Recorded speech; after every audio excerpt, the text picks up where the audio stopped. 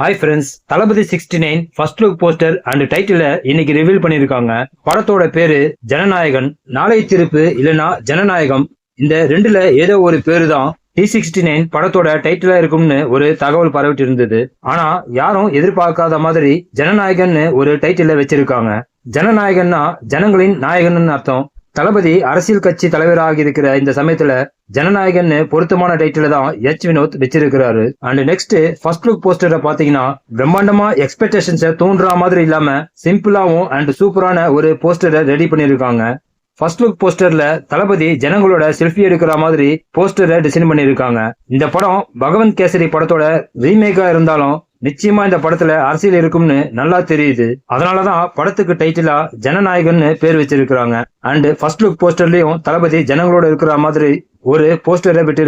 இதை வச்சு பார்க்கும்போது ஜனநாயகன் அரசியல் கலந்த என்டர்டெயின் மூவியா தான் இருக்கும்னு தெரியுது. வெயிட் பண்ணி பார்க்கலாம் ஜனநாயகன் என்ன பண்ண போறாருன்னு. Okay friends, first look and title எப்படி இருக்குன்னு உங்க ஒப்பீனியனை கமெண்ட்ல சொல்லுங்க. நெக்ஸ்ட் வீடியோ சந்திக்கலாம். ஓகே, தேங்க்யூ, பாய்.